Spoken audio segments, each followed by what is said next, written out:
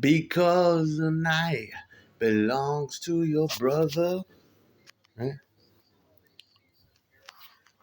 All right. I do need a haircut coming up soon, a little bit. I'm not cutting it, but it's great.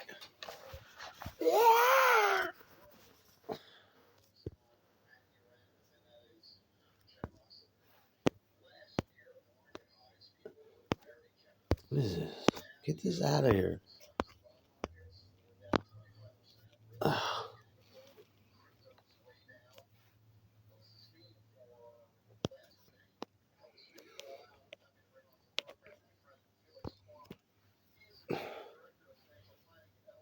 Okay, cool.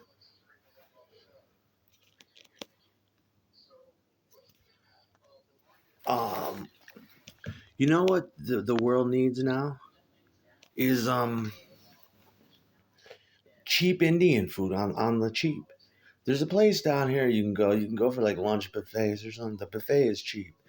But the Indian people do not want you taking shit home. You can go to the buffet and you can have your chicken pakora, chicken tikka masala, like, tons of aloo matar paneer, which is potatoes and chicken.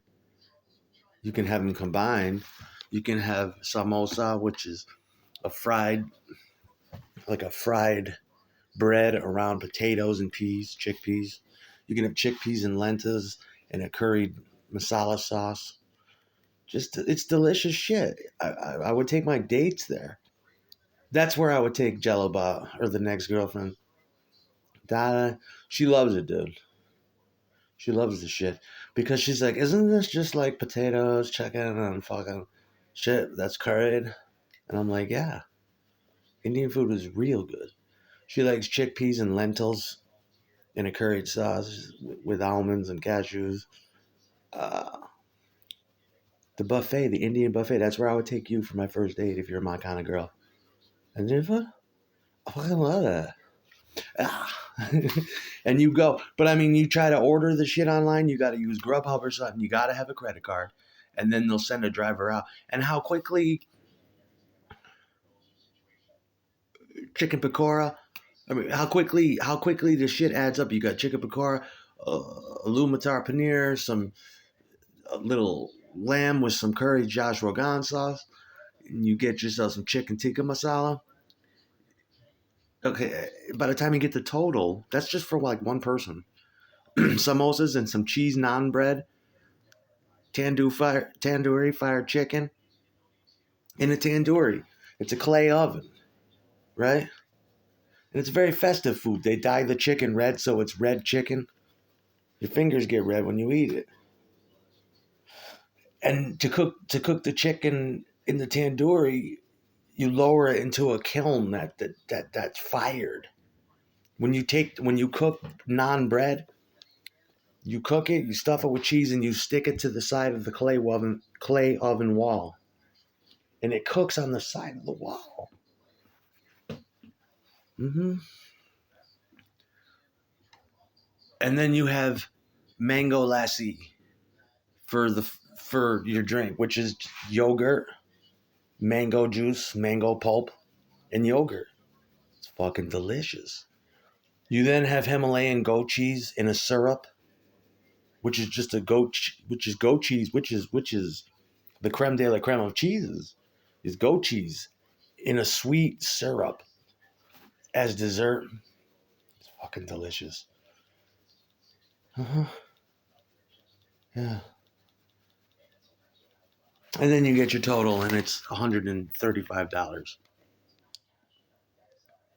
That's why it's best to go to the buffet. But I mean, I want some Indian food. I got $300 in cash, $200 on a credit card, and I cannot seem to get somebody out here to drive me some fucking Indian food.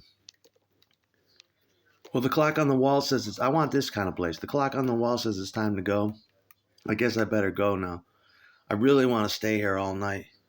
The cars crawl past all stuffed with eyes. Streetlights share their hollow glow. Your brain seems bruised with numb surprise. There's still one place to go. Let me sleep all night in your Indian restaurant. Just like the Soul Kitchen. That was what the Doors wrote about. That was the Soul Kitchen, where you can go and you can have soul food for $1 a plate back then. That's what I need. An Indian greasy spoon place that's always like that. That place was called Olivia's and it was on Venice Beach somewhere. I need that.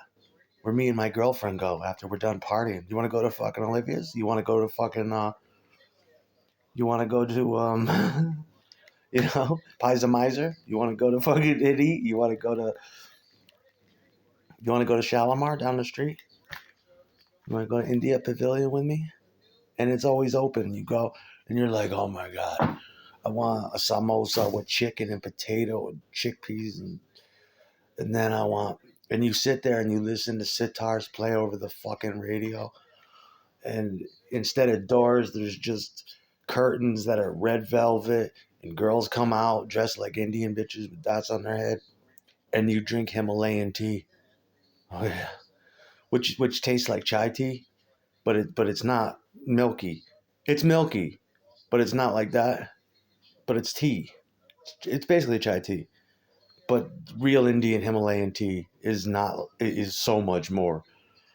It you stream it over a strainer over and over with nuts and berries and to get chai. I used to make chai tea in the 90s when I worked at an Indian restaurant. That was my job.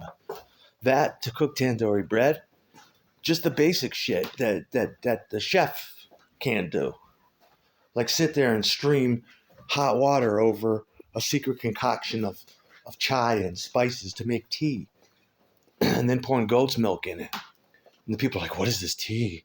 I used to get stoned. I had one of those bats, the one-hitter bats, and I'd sit there and take like 10 hits off it and go inside and I would just drink mango lassis.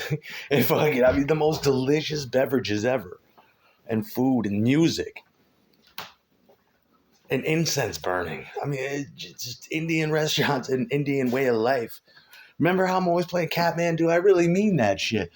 One of these days, if I ever get a chance, it's never going to happen. But, move to him. I'd move to India, or I'd go there. Or I'd just live a very Indian life like George Harrison. I love that shit. But it'll be like $6,000 to get somebody out here. They were delivering for a minute before, back in 2013 or 14 or something. But ever since this Grubhub shit, it's just like, and it's like $90 fucking dollars. I want to go to the buffet with my girl. That's where I'll take her on a date. The Indian people do not want you taking home. Oh, and you got to have the fucking basmati rice. The basmati rice is also colored. It's very festive food. It's colored in orange and yellow fucking dye, jerky fucking dye to make it festive. And it tastes like long grain Indian rice. I used to buy big bags of it at Price Chopper. You know what I used to do when I used to make Indian food at home? We used to try. We didn't have any gravy, so we had to use for a gravy. It was terrible, but we ate really good and we loved it. Oh my God, I just remembered that. Yeah, we used to make that and we'd had long bags of basmati rice. It was great. The rice is so aromatic, it's delicious. But instead of incense, that's where I learned how to do that. Is I buy raw patchouli leaves that were all dried. I'd go to the health food store and I used to get them. Used to buy sea salt and all my spices there and shit. And you take the raw patchouli leaves and you get like a fucking charcoal cone, which is just a charcoal disc.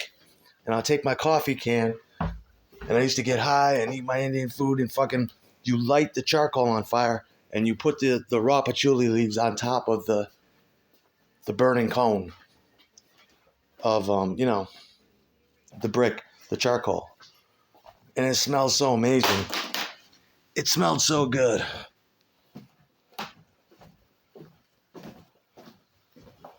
Yeah. Those were the days, man. I'd like to get back to living like that. Cost money. Matter of fact, I used to go downtown in Troy, I think, and get that shit at the natural health food store there. It was more like looking back, it didn't really seem like it was more of a it was like a health food store. But I mean, it had some new age appeal to it. You could buy raw patchouli leaves, which I liked.